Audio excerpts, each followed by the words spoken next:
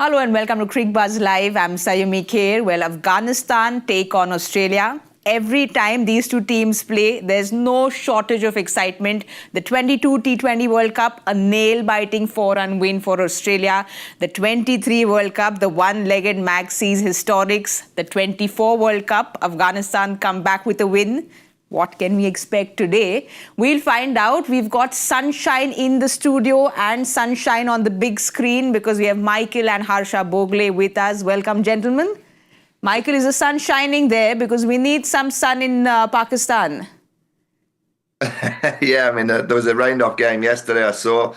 We're still recovering in the UK. I've got a bit of a fever from England being knocked out. I think it's taken us all by a bit of surprise. But the sun is shining here in Cheshire, where I live, which is a surprise because it's been grim and dark for the last few weeks. But we've got a bit of sunshine in the UK, and delighted to hear we've got a bit of sunshine in Lahore as well. Harsha, we just hope we get a proper full game in because two washed out games is just not fair on the fans. I think we will actually, because I've just read on the Cricbuzz app, the weather's getting better. The forecast from yesterday starts to clear about 2 o'clock, 3 o'clock. It's clearing a little earlier. I'm sure there are Pakistan fans thinking, why didn't that happen yesterday? But good game because it's a knockout game. Yes. And Afghanistan and Australia in recent times have given us some fantastic matches. It must seem strange to say that because Australia have been a powerhouse of world cricket since you can remember.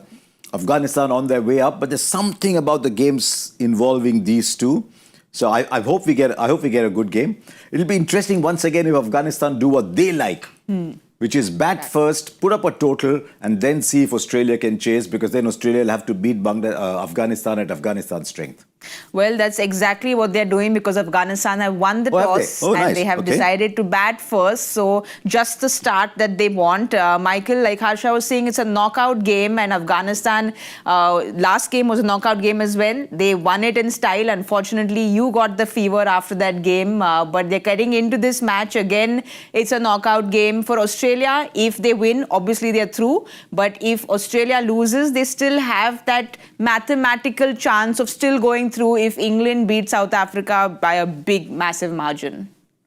Yeah, I'll be totally honest with you, Saiyami. I wouldn't want to rely on England to beat South Africa if I was Australia. I'd try and get the job done today if I was them. I'm no surprise that Afghanistan are going to put a number on the board. That's where they played their best cricket. They played tremendous against England, batted really well. They had that circumspect start, and then we saw one of the great one-day centuries and then some flamboyant innings down the back end. So no surprise that Afghanistan want to do what they did to England, also what they did to Australia in Mumbai. You go back to that 50-over World Cup in Mumbai. It took probably the greatest ever one-day innings by Glenn Maxwell for Australia to beat them. So I don't know where the kind of favouritism goes in this game. I don't know who is favourites. I mean, Afghanistan are playing great on the back of just a couple of days ago. Australia losing so many players, but played tremendous chase down that big total against England. Obviously had the washout just a few days ago as well. But I think Afghanistan will be delighted to get a number on the board and just to see if they can get something like 280, 300 and ask Australia to chase it later on. You know, Harsha, just like Michael said, we can't tell who are favourites because you said it the other day. You said it's not fair anymore to say if Afghanistan beats a big team, it's an upset because they've been consistently doing well. And we've known the passion they've come out with, the hunger they've come out with. It will just be, you know, really heartbreaking if they don't manage to go through. And of course, for Australia, it will be unfair because of that washout game. But Jonathan Trott also had pretty much similar things to say, like what you said, that they can't be taken down lightly. This is what he said. What happened in the World Cup, T20 World Cup, Afghanistan's never going to be taken lightly ever again. So we can expect Afghanistan to come and do what Afghanistan always does, put up a fight. The one thing you will always get with Afghanistan is there'll be a lot of fire in the way they play. There's something about them, that desire is enormous. And, you know, they've competed. As Jonathan Trott says, we've been in the game each of the last 3 times that we've played. Lost by 4 runs in a T20 World Cup, 90 for 7 Australia, and then lost from there. So they won 1, lost 2 in their last 3 encounters. So they're in there. And that is the one thing you will get. I can understand why Michael's saying what he is, though, because even though he spends the best months of the year in Australia, there will still be a little bit of joy if Afghanistan beat Australia. Well, Michael, you know Jonathan Trott very well. He's someone who doesn't show any expression on his face at all. Even after that great win against England, there was just that poker face. What is it that he does that gets the best out of these Afghan boys? He's very professional. I think he'll be very strategic in his planning, very thorough in the preparation in terms of the practice that he gives the players. And he's obviously given them a huge amount of belief to really compete at the highest level. I mean, when you say he's cool and calm, the real Jonathan Trott is in the dugout, and I saw him in the dugout the other night when there was a couple of mistakes and he started to kick a few things. That's the real Jonathan Trott. I think this calm composure that you're seeing and this exterior that is kind of what we're all seeing on a regular basis is probably a little bit of an acting job, because he knows he has to stay very calm for this group of players. We saw at the back end against England in the field, there was just a little bit of panic. And he probably realises with this excitable group of players and this committed group of players that they need to stay really calm and relaxed, because if they can stay in that state, they're very, very dangerous. If they get uptight and a little bit fretty and a little bit panicky, that's probably when they're going to make a few mistakes. So he probably tries to stay as calm as he can around the players, but inside, I saw a little bit of Jonathan Trott in the dugout against England. There was a little bit of Trotty coming out, which is expected. I think he's done a wonderful job. I mean, I've never had the experience to been around his coaching. I've never been in the training zone, or I've never been in the dressing room listening to his speeches, but he's clearly doing a tremendous job with he's got a talented group of players. I think we've got to stop talking about Afghanistan as this surprising team. They're one of the top 8 teams in the world for a reason, because they deserve to be there, and they pretty much on a regular basis give the best teams in the world a run for the money. So he's got a really talented group of players to work with. You know, Harsha, he said it in the post-match. He said that, yes, we have won against England, but the celebration ends tomorrow morning. We focus on Australia. Yes. For Australia, do you think it'll play on their mind the last little bit of the encounters against Afghanistan, considering they're not coming in with the best game? I'd be surprised if it does, because they've got an excellent captain in Steve Smith. I'd be very surprised if it does, because the one thing you always get from Australia is they're a tough cricket side. I've often said, you pick 11 people off the beach, they'll give you a tough game. The Aussies will never give up. So they won't worry about what's gone wrong. One of the great things about the Aussies is win or lose, they say, yeah, it's all over. They turn up the next morning like it's another game. So they won't worry about that. Steve Smith has said that he wanted to field first. He wanted to chase. So both teams have got what they wanted. Hopefully there won't be due, but I'm really hoping for a good game. I mean, for Afghanistan, they have to say that the England game is over, because that was a game to stay alive. This is a game to qualify. They qualified the T20 World Cup. They were that close to qualifying in the 50-over World Cup, so they know what it is to be that close. But yeah, they cannot think about England going into this game against Australia. They must carry the confidence of a great performance, but that hangover should have gone. That yellow T-shirt there, is it supporting any team today? No. No, I'll tell you the truth. I put on a navy jacket and it looked like nothing on earth, so I just took it off. Yeah, you took the blue off and kept the yellow, so I was wondering. But we'll have a look at Australia's playing 11 and see what they have in store. They've gone unchanged, but Michael, Alex Carey there has been named as the wicket keeper today. But no surprises that they've gone unchanged. Yeah, I don't know why he's got the gloves back. He took a couple of great catches in the game against England. So I don't know, maybe just tossing a coin on the morning of the match of who's going to be keeping wicket. The one thing I'll say about Steve Smith, and I put it on social media, I think tactically he's the best captain in the tournament. And people will be surprised, but I honestly think he's got a magnificent cricket brain. You know, I saw him in Sri Lanka in that Test series. He worked his bowling attack beautifully, and I thought against England, even though England got 350, at one stage that could have been 380, 400, and then it would have been a near on impossible chase. You know, the utilisation of all the slow bowlers down the back end. I think he's a really, really smart captain. Obviously, it's well documented why he lost his captaincy, but in terms of the actual tactical side and the strategic type style of the captaincy that you require out in the middle, I think Steve Smith is right up there with the best in the world of delivering the tactics on the field. Well, Steve Smith will want to come out all guns blazing because Afghanistan is playing some great cricket. We'll have a look at their playing 11 and see if they have any changes. They've gone ahead unchanged. When I look at that 11, there's that one name, Harsha, that I can't stop talking about and what he did in the last game. But Tendulkar's not playing. But Tendulkar did speak about him. Yes. I'm talking about Zadran and that 177. He's all of 24. He comes in, plays so calm, so composed. He plays all around the field. And he loves playing against Australia because in that ODI World Cup, he got 100. In the T20 World Cup, he got a 50. What can we expect from him today? Two things. One is I'm going to send a message to Sachin as soon as this is over saying you called him by name. You didn't call him the master. Second, I liked his composure. Sometimes when you have players who are coming through teams like Afghanistan, which can be very emotional, you can let that emotional side carry over into your batting. But I just thought he looked so calm. The composure was excellent. We've talked at great length about his skill, about his temperament. I just thought he controlled himself magnificently. Even the straight sixes that he was hitting, he was not over-hitting them. He was timing them beautifully. So that was something to really look forward to in today's game. It's not the greatest Australian attack of all time. I mean, they'll come hard at you, but it's not the greatest. There's some pace with Spencer Johnson. Nathan Ellis will take pace off. Dwarshuis will take pace off a little bit. So it's not the most threatening attack.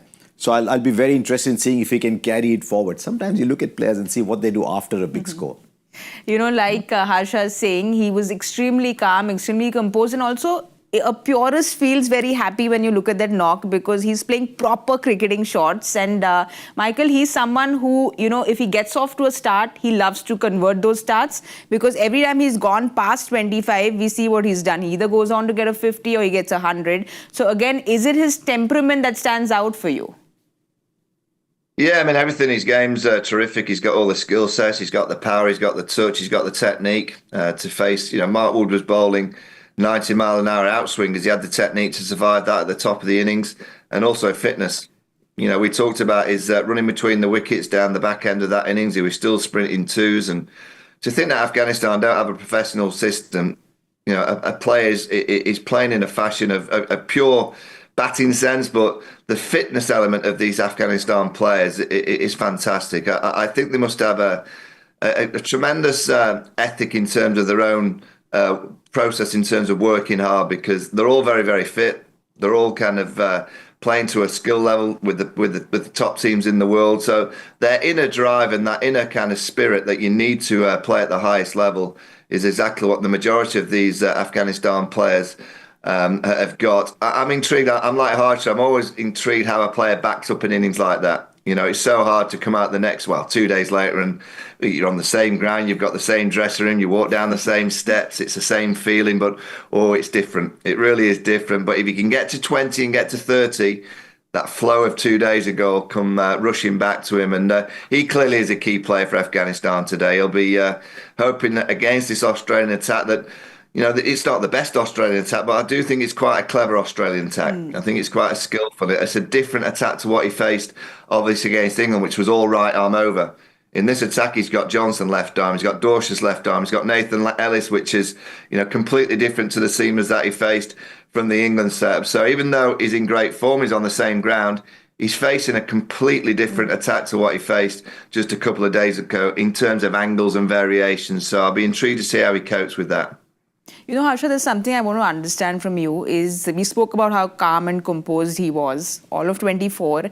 He's not played an ODI for almost a year before the last game. He's not played an international game in almost 7 months. You know, I don't want to take it back to Pakistan and how they haven't performed, but, you know, the Pakistani management, when they pull up someone like Imamullah, there seems to be chaos, there seems to be that composure seems to be missing. So what is it that the Afghanistan management does, or what is it about Ibrahim Zadran's temperament that set him apart? Look, I don't know him as a person, so I can't tell you what his training methods are, what his inner work, what his work ethic is. But since you mentioned Pakistan and Afghanistan, I think there is a great intangible in the world, not just in cricket, but everywhere, and that is the desire and the spirit within. What are you focusing on? Are you thinking about what's in front of you? Are you thinking of 20 other things with the game in front of you?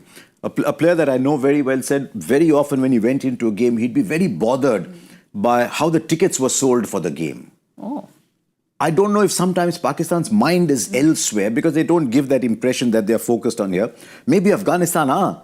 Maybe there's a lovely Urdu word, junoon. Maybe there's that great feeling inside saying we must do something for our country. We do well, they celebrate. So maybe that inner spirit is there. It's definitely there in Rashid, who's the one player I know well. But of the others, I don't know if Ibrahim Zadran is like that. But he's come back from an injury, so he's obviously hungrier. He wants to make up for lost time. 24 is a great age. You're far closer to it than any one of us. But it's a great age to be what Zadran is.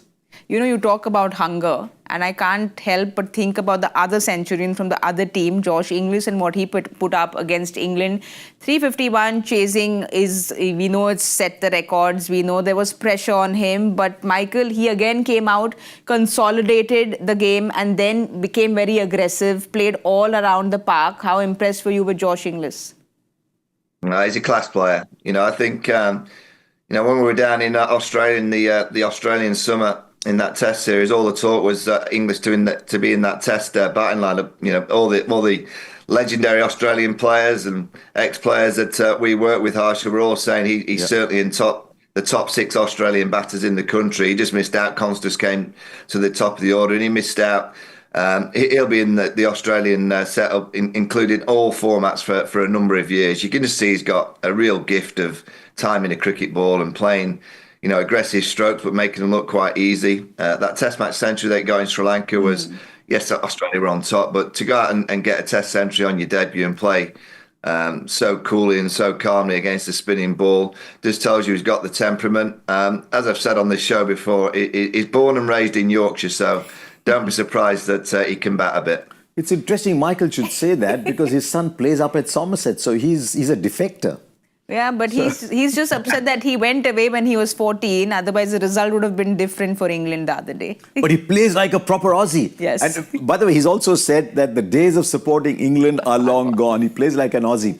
The one other thing you get with an Aussie, whether you're in conversations with them, whether you're chatting with them somewhere, they always come hard at you with their opinions. On a cricket field, they come hard at you with bat or ball, but with their opinions, if they don't like what you're saying, they say, you're talking crap, mate. So they'll come hard at you with their opinions. It's that kind of a country. So even if you're in English, if you've not established yourself in international cricket, you won't go into play thinking, what's he going to do to me? Can I just see out? It's in their culture to come hard at you. So that is the way he will go out and play. That is the way Alex Carey will come out and play. And that's the way Maxwell plays when he's switched on. When he discovers the little button, which he loses, suddenly finds the button he's on. So that's a trait with Australia. That's why I said whichever Australian team you play, they'll always give you a contest. That is what I'm looking forward to seeing today.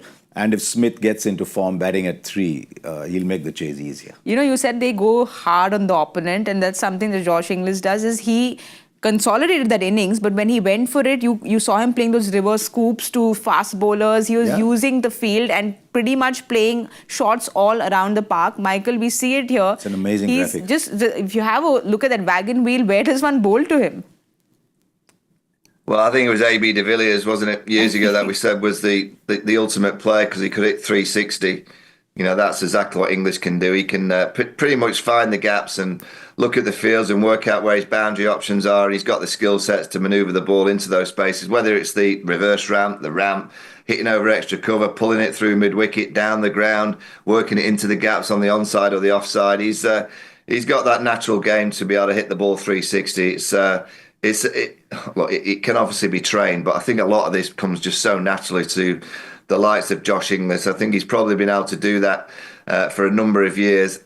Harsha, you make a really good point about this hard nature of Australian cricket. I just wonder whether their structure, their grade cricket, I wouldn't say the standard is what it used to be, but their grade cricket is brutal.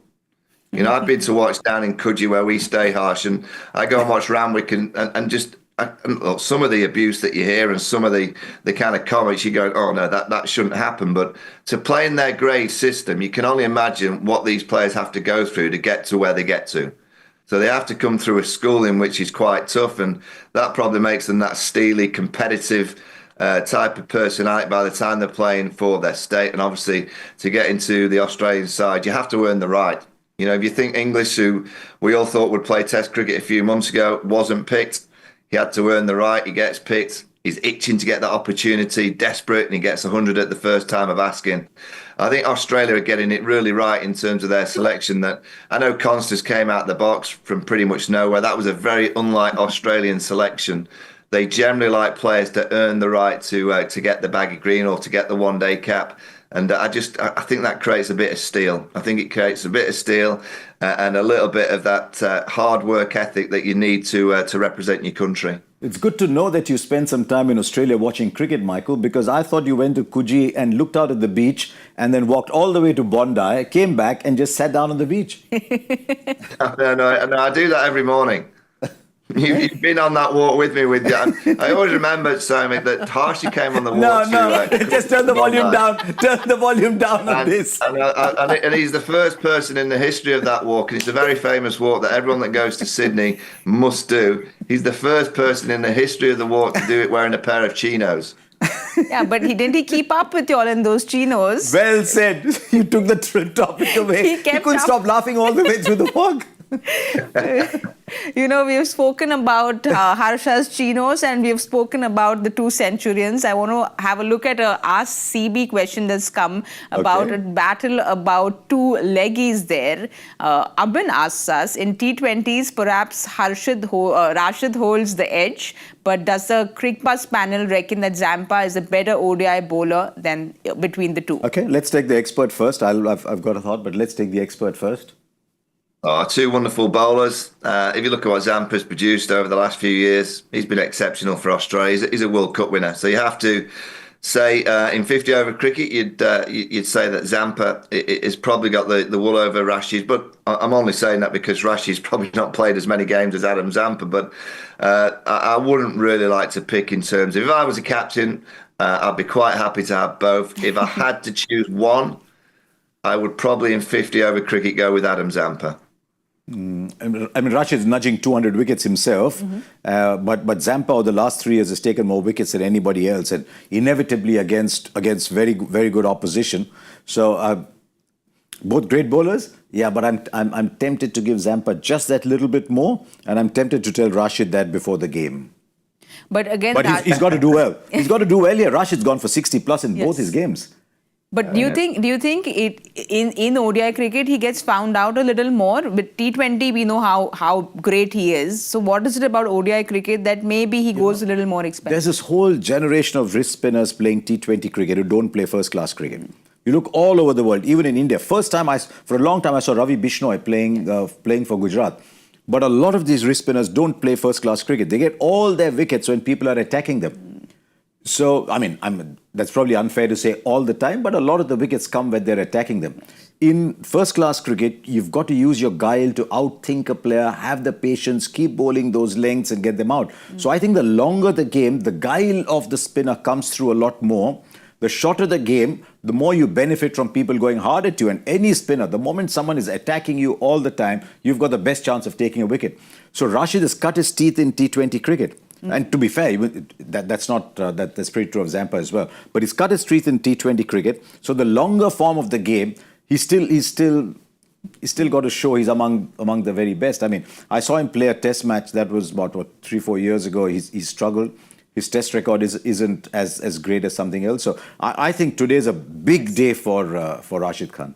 Well, he will come in later to bowl because Afghanistan is going to be batting first. There's someone who is going to come and want to challenge the Afghanistan batters is Nathan Ellis, because the first game that they played, Michael Zack was saying that the numbers didn't quite do justice to how well he bowled. He went for 51, didn't get any wicket. But again, he's someone who seems to really be using his brains. He was bowling the short ones, bowling those off-cutters, didn't go above, I think, 140 for the entire match. So he had a plan and he stuck to that.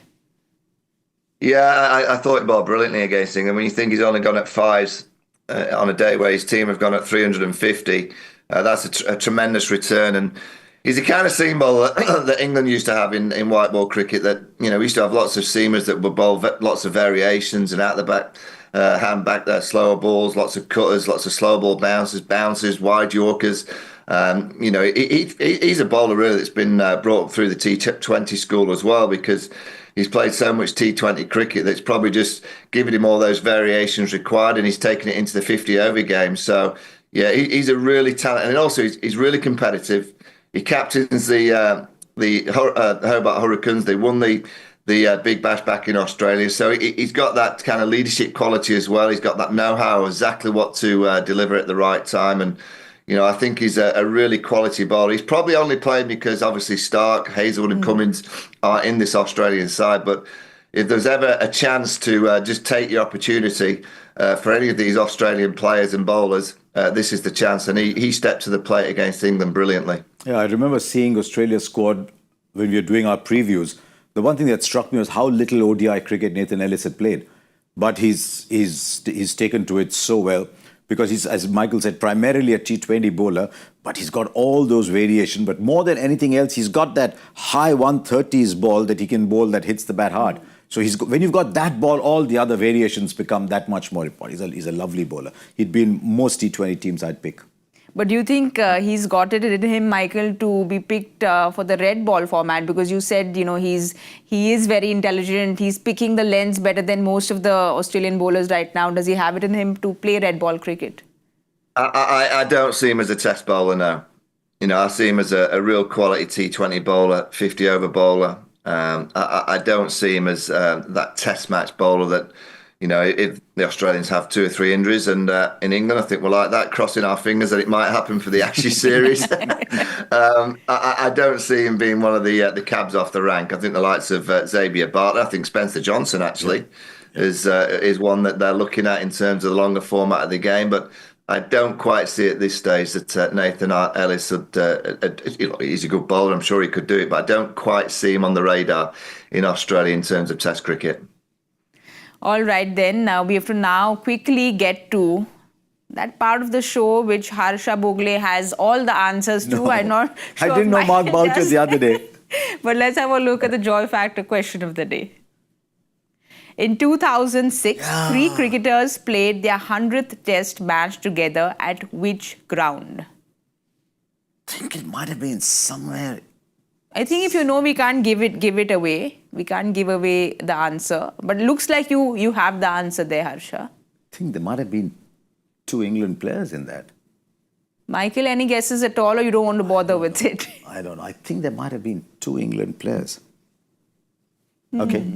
All right, we will go back to the green room and think about it. We now need to go to the other important part of our show, is the guessing game. And it feels like we haven't done it in so long because of 2 washed out games. Correct. So, as part of our guessing game, we've decided to change the order a little bit today. And Saiyami is going to go first. What's your call? All right, I don't mind that at all. I am going to go with 297. Wow. Okay. Michael? I'm going going Afghanistan to 262. win. Yeah, I'm actually going even under. I'm going sort of 253. Clearly, we know that colour and that T-shirt then. So 253 and 252. No, 262, 253, whatever you. And 297. That's what we have. Clearly, we have in this studio, there are just 2 people. Michael's sitting on the big screen. We know who's supporting who in today's game. We'll find out and see how it goes. We'll be giving you all the updates at the 15th over point. So don't forget to join us at the Cricbuzz com box. Thank you so much for watching.